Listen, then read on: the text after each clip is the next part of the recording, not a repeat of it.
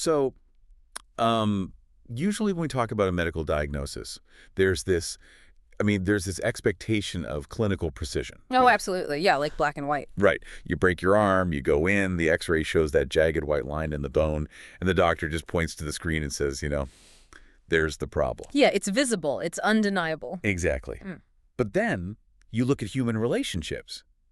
You look at a brilliant, highly capable woman who is staying in a relationship that is, frankly, actively destroying her life. Right. A relationship that offers her literally nothing but anxiety and pain. And she looks you dead in the eye and calls it true love. Yeah. So where's the x-ray for that? Well, you won't find one. Because what we're looking at isn't a broken bone. We're looking at this deeply ingrained neurobiological and psychological survival mechanism. Wow. And it's masquerading as romance. It is the absolute definition of diagnostic muddy waters, It really is. Well, welcome to the Book Nook. This is your space for exploring the most transformative, paradigm-shifting books in psychology, personal growth, and human behavior. So glad to be here. Today, we're taking a deep dive into a phenomenon that, once you understand the mechanics of it, you will start seeing it everywhere. We're exploring the 2008 edition of Robin Norwood's landmark book, Women Who Love Too Much. When you keep wishing and hoping he'll change. Yeah, it's such a crucial text. It fundamentally disrupted the way therapists and really the general public viewed toxic relationships when it was first published. Right. And its clinical observations, they've only been further validated by modern neuroscience in the decades since, which is amazing. It's wild how ahead of its time it was. So the mission of this deep dive today is to answer a paradox that, honestly, it infuriates friends, it confuses therapists, and it tortures the people actually living through it. Oh, absolutely tortures them.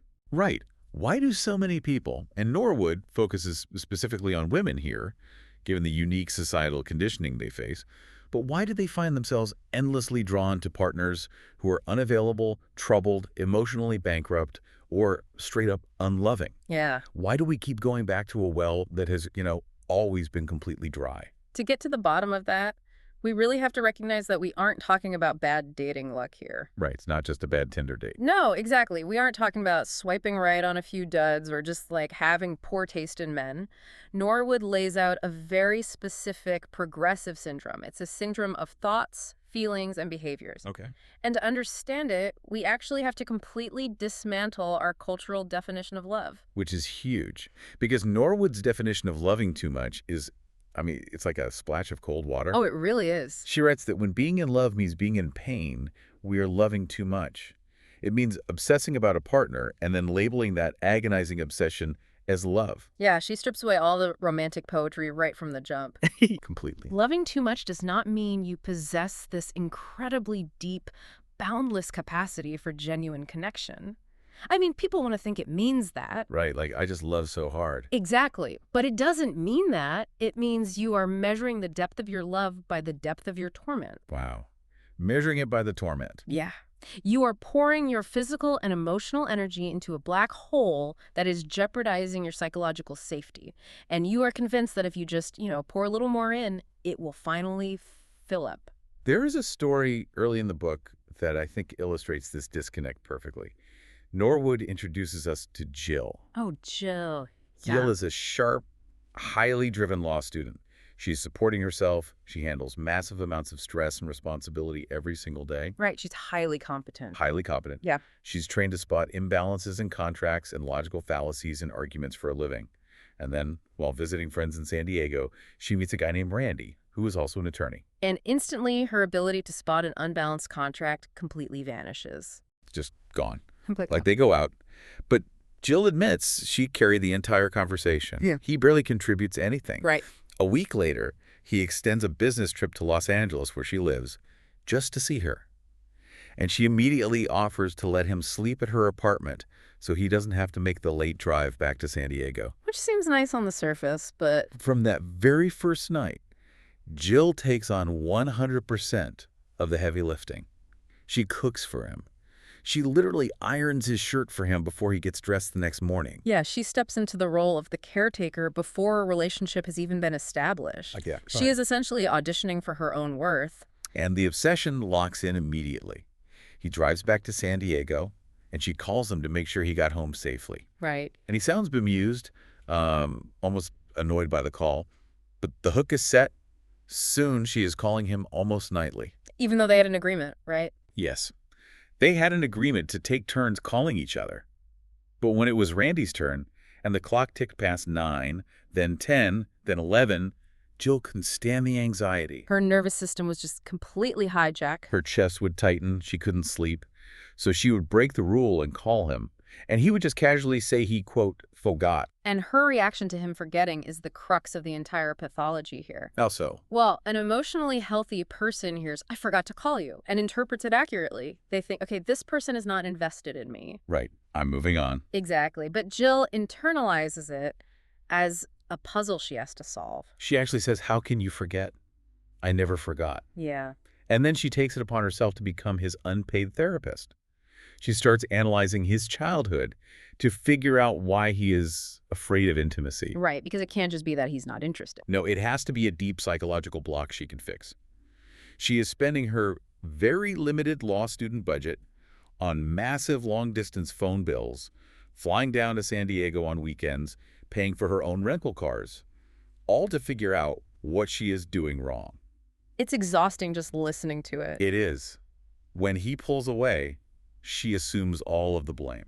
Jill's behavior highlights this really dangerous cultural conditioning. She genuinely believed that if she was just a little more understanding, a little more self-sacrificing, she could unlock his potential. The potential. Always the potential. Right. She viewed his emotional unavailability as a locked door, and she believed her suffering was the key. I have to pause here, though, because I think anyone listening to Jill's story right now might recognize a bit of themselves, or at least the media they consume. Oh, definitely. Because, wait, aren't we culturally indoctrinated to believe that love is supposed to be a struggle? Oh, 100%. We hear it in every romantic pop song. We see it in every classic novel like Wuthering Heights, every romantic comedy. The message is so uniform.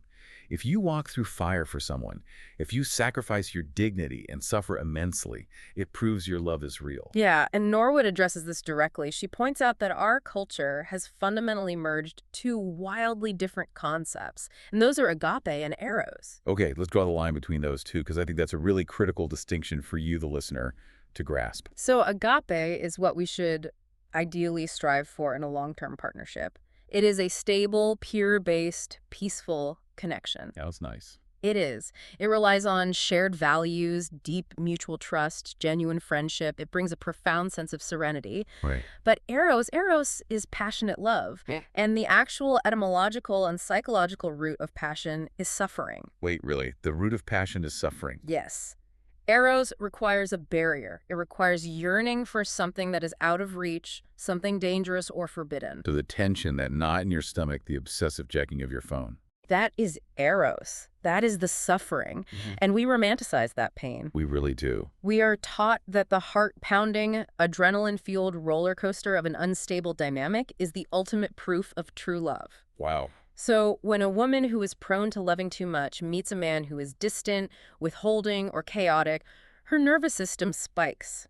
And her brain interprets that spike not as a warning sign, but as fireworks. She thinks, this is it. This is the great romance. Exactly. But if the culture is validating this on a macro level, where does the specific underlying psychological drive to seek out this pain actually begin on a micro level? Right, because not everyone does this. Exactly. Not everyone reacts to an emotionally distant lawyer by paying his therapy bills and ironing his shirts. Yeah. There has to be a specific origin point for this vulnerability, right? There is. And the answer almost always lies in the living room of our childhoods. Okay. The training ground for this specific type of relational addiction is a dysfunctional home. And Norwood is careful to define dysfunctional here, isn't she? Very careful, yes.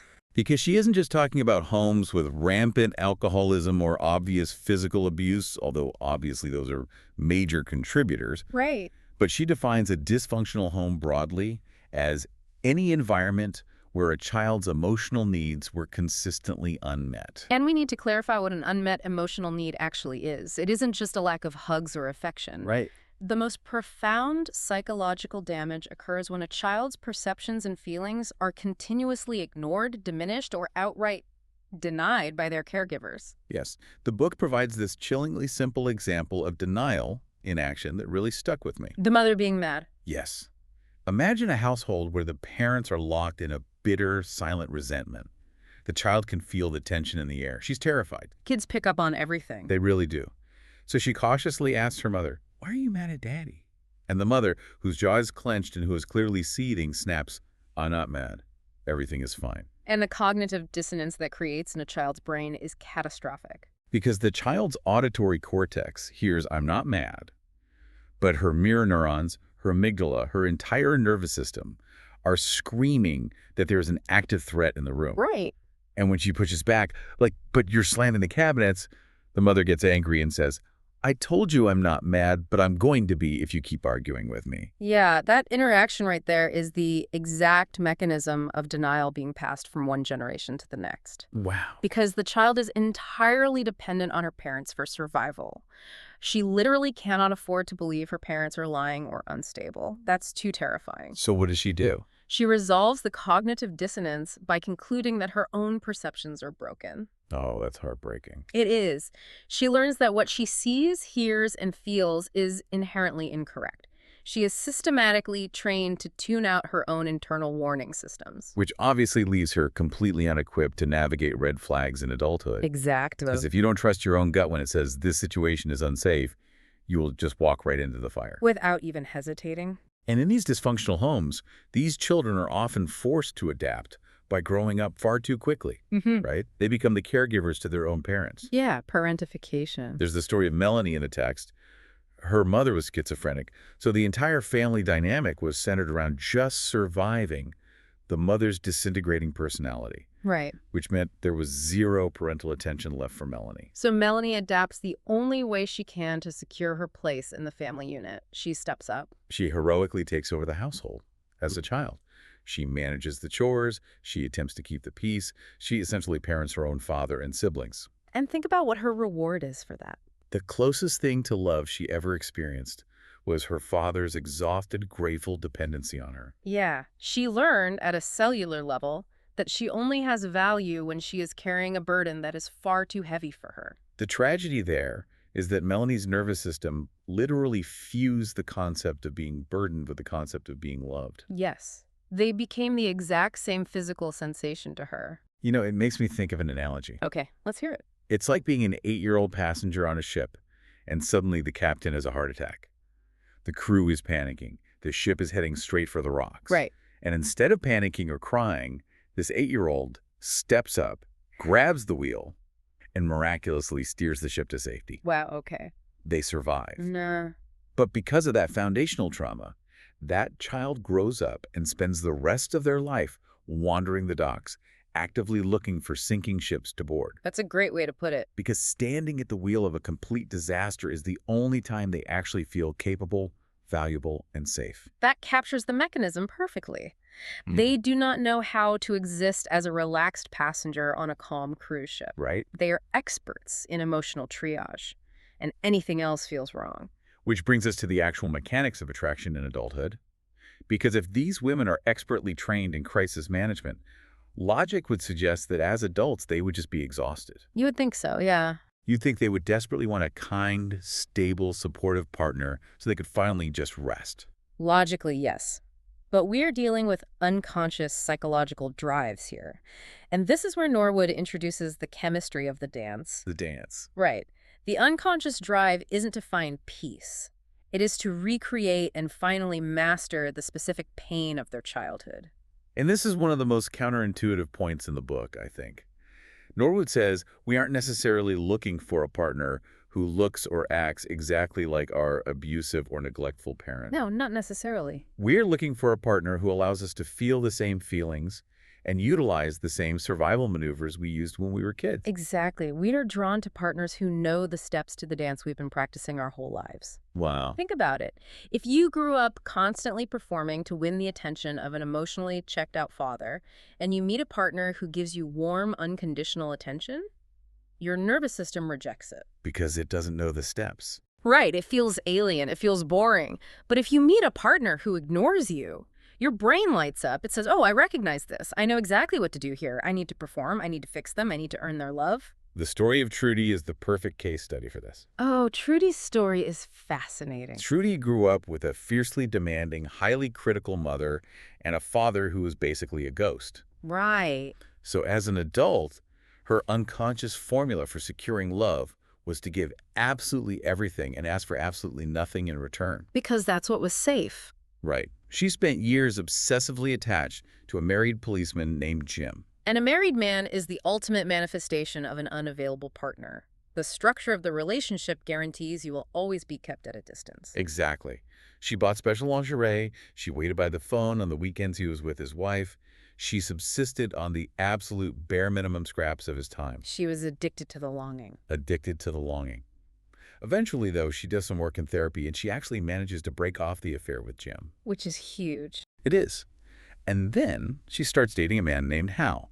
Now, Hal is the guy your friends want you to date. The good guy on paper. Yes.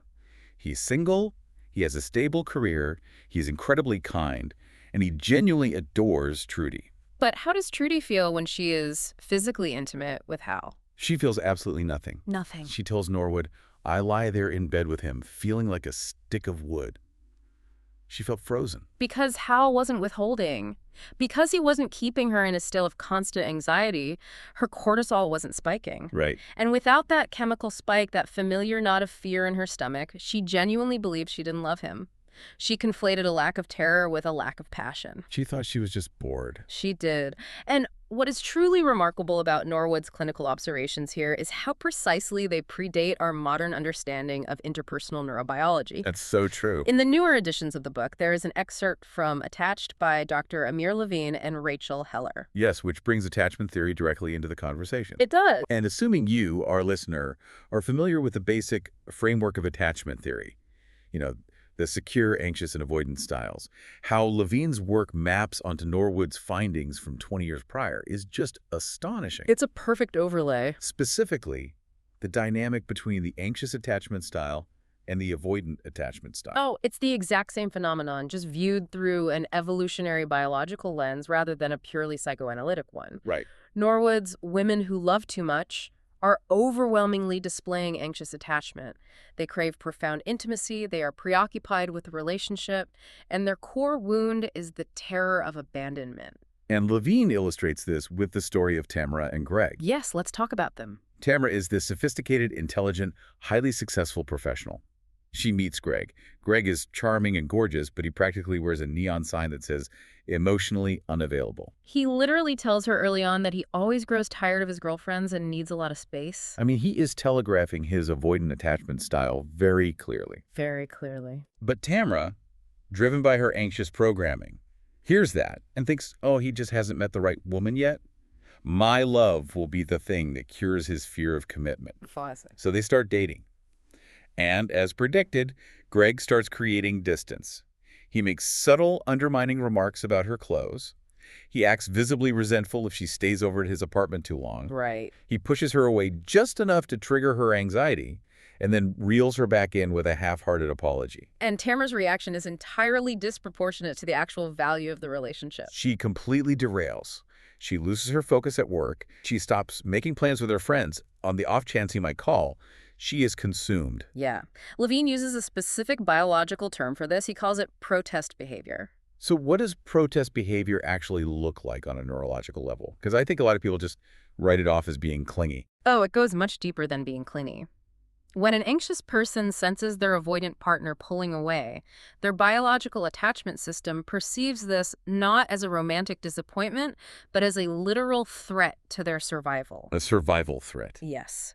From an evolutionary standpoint, if a Paleolithic child was separated from their caregiver, they would die out on the savannah. Right, they'd be eaten. Exactly. So the amygdala fires up, flooding the body with stress hormones. The brain triggers protest behavior, which is crying, obsessing, calling repeatedly, attempting to force physical proximity. Just to get close again. Right, because it is trying to reestablish safety and shut down that panic response. So when Tamara couldn't let go of Greg, it wasn't a moral failing or a lack of willpower. Her nervous system was in a state of life or death overdrive, constantly being triggered by Greg's avoidant distancing tactics. It's a lock-and-key fit of trauma. The anxious woman needs to be needed in order to feel safe. And the avoidant man needs someone to manage his emotional life so he can remain detached without actually being abandoned. It's like two puzzle pieces of trauma snapping together perfectly. Yep, that's exactly what it is. Which introduces a very uncomfortable dynamic in the book. Because the anxious partner feels this desperate need to secure the relationship and fix the avoidant or troubled partner. They need a tool to accomplish that. Yes. And the primary tool these women often use to maintain control over the relationship is sex. Chapter 2 is explicitly titled, Good Sex in Bad Relationships. This chapter flipped my understanding of intimacy on its head. How so? Well, Norwood explains that for women caught in this syndrome, sex is almost never about their own personal gratification or pleasure. No, not at all. It is utilized as a profound manipulation tactic. It is a way to communicate, to control, and to attempt to alter the partner's psychology. They frequently report having the most passionate, earth-shattering sex of their lives with men they frequently don't even respect or like. Which sounds crazy until you understand the motive. Because the physical act is loaded with a desperate agenda. Every touch is a subconscious plea. Look how desirable I am. Exactly. Look how much I can give you. Now, please stop drinking, or please leave your wife, or please just love me back. Yeah. They are weaponizing their own bodies to try and love a damaged man into mental health. And this specific pathology is heavily reinforced by our societal mythology. Norwood points to the fairy tale of Beauty and the Beast as a foundational blueprint that just poisons how young girls view relationships. The narrative of that story is incredibly insidious when you actually apply it to the real world. Very much so. Because the core message is that if a woman is selfless enough, if her love is pure, patient, and unconditional, she possesses the magical ability to transform an angry, abusive, terrifying beast into a handsome, devoted prince. It's a dangerous lie, because it conditions women to view a man's terrible behavior as merely a symptom of him not having been loved enough by other people. Right. He's just misunderstood. Right. And it positions the woman as the ultimate savior. It tells her that if he is still acting like a beast, well, it's simply because she hasn't sacrificed enough of herself yet. But, if someone is listening to this, they might be thinking, but wait, having compassion for someone's trauma, wanting to help a partner who is struggling, whether it's with addiction or depression or a bad childhood, isn't that the basis of a good partnership? That's the common defense. Right. Isn't it part of the Judeo-Christian ethic, or just basic human decency, to help the less fortunate? Why does Norwood frame this instinct to help as fundamentally toxic? It's really the defining question of the book, and the answer lies in the underlying motivation. Norwood clarifies that what these women are doing is not true altruism. Okay. It is a desperate, unconscious need to control. Control masked as helping. Exactly. If you are terrified of abandonment, the world feels inherently chaotic and unsafe. Right. So by focusing all of your time, energy, and resources on fixing your partner, you are attempting to manufacture safety. Ah. The subconscious logic is, if I can get him sober, or if I can make him successful, or if I can force him to be emotionally available, then he will be so grateful to me that he will never leave me. The help is actually a manipulation designed to soothe the woman's own unhealed childhood terror. So beneath the facade of the selfless suffering martyr, it's actually an entirely self-serving mechanism. Yes, it is. And beyond being self-serving, it is actively detrimental to the partner. How does it hurt the partner? Well, when you attempt to force a workaholic or an addict to change by nagging them, managing their schedule, calling their boss to make excuses for them, or covering up their mistakes, you are not helping them recover. You're doing the opposite. Right. You are enabling their pathology. You are acting as a buffer between them and the natural consequences of their actions. You provide them with a distraction. Well, because if a woman is constantly yelling at her alcoholic husband about his drinking, the husband doesn't have to look in the mirror and face his addiction. Nope. He can just say, well, I drink because my wife is constantly nagging me. Exactly. She becomes the scapegoat for his disease. That makes perfect sense. And the obsession with fixing another human being, the inability to stop despite the catastrophic negative consequences to one's own physical and mental health.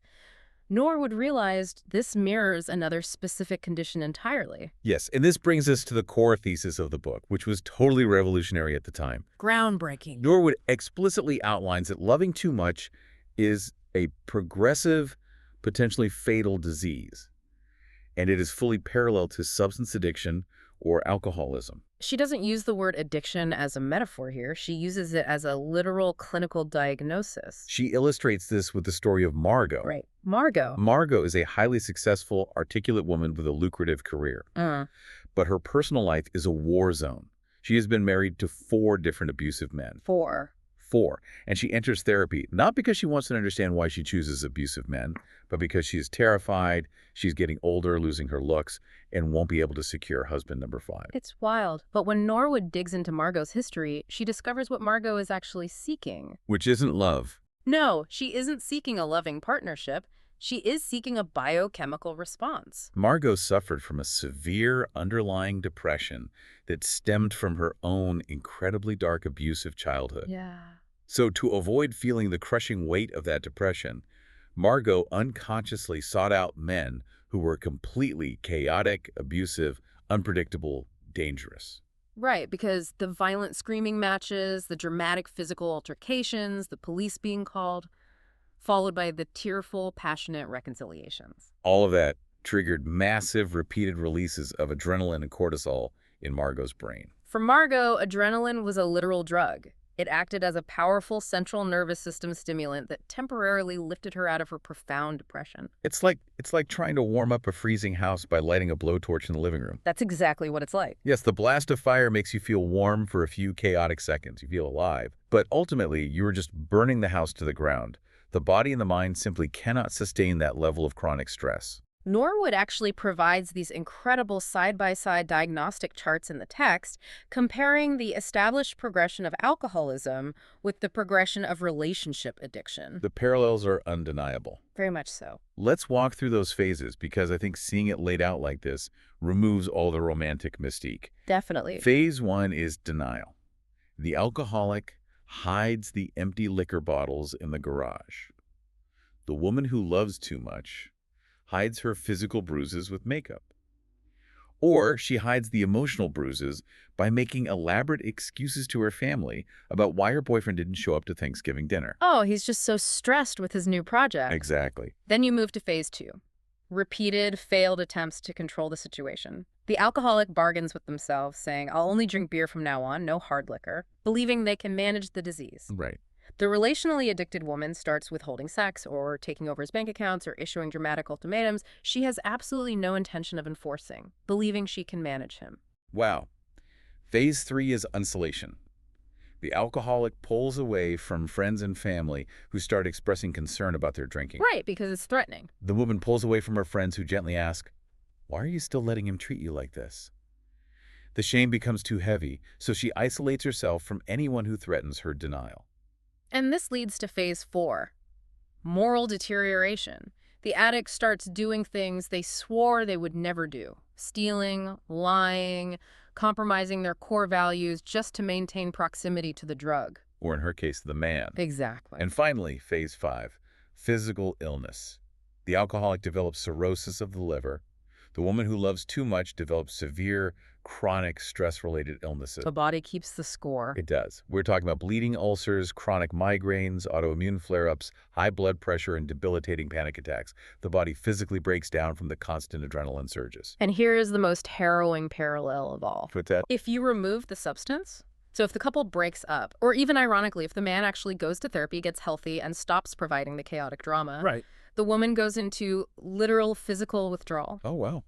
Norwood describes patients experiencing nausea, cold sweats, violent shaking, insomnia, and obsessive intrusive thoughts when their relationship ends. And why does the body react that way? I mean, she's away from the bad guy. Shouldn't she feel better? Because without the deafening noise of the chaotic relationship to distract her, the woman is finally left alone in the quiet, and in that quiet, all of her own unhealed, terrifying childhood pain rushes to the surface.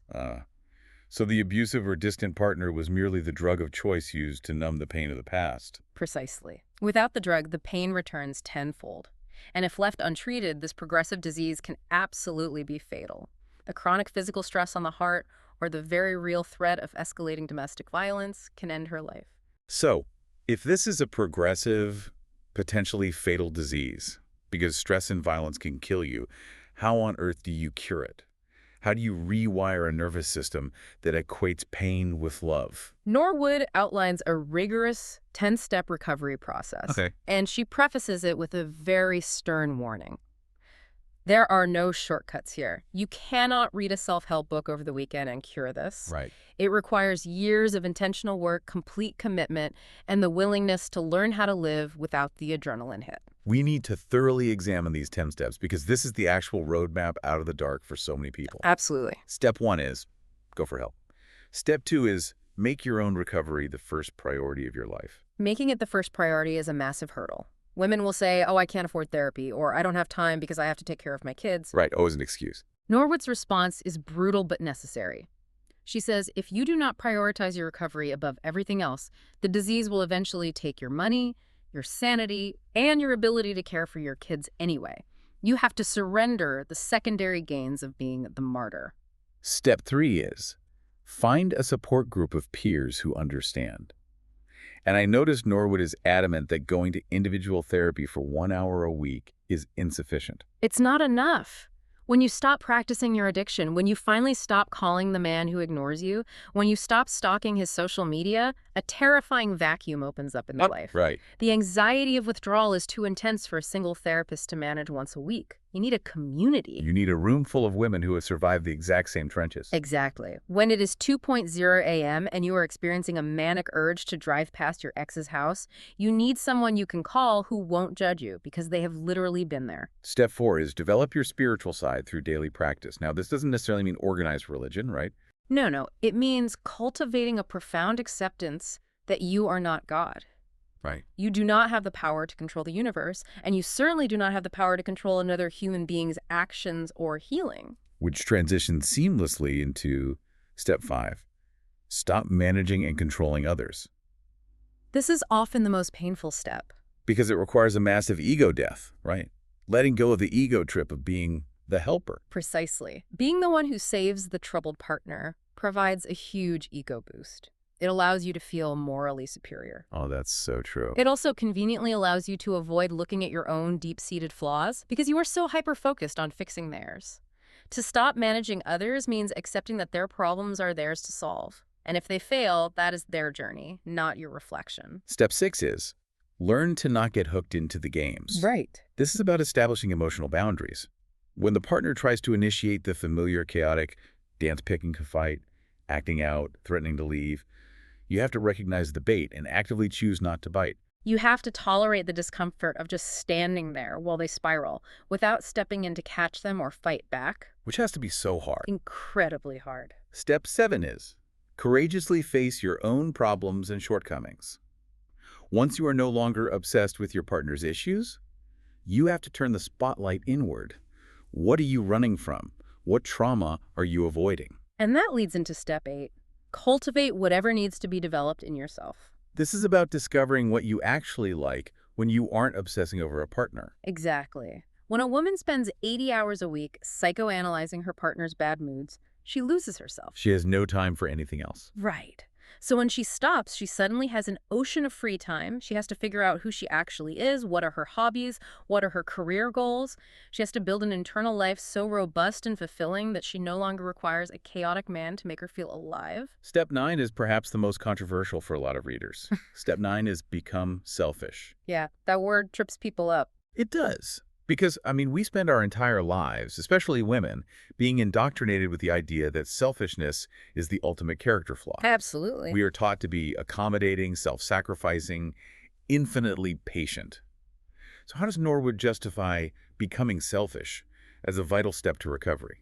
She completely redefines what selfishness means in this context. She advocates for healthy selfishness. Healthy selfishness? Yes. For a woman who loves too much, her entire identity is wrapped up in martyrdom. She uses her constant sacrifices to quietly guilt her partner, to manufacture obligations, and to control the dynamic. So healthy selfishness means putting down the cross.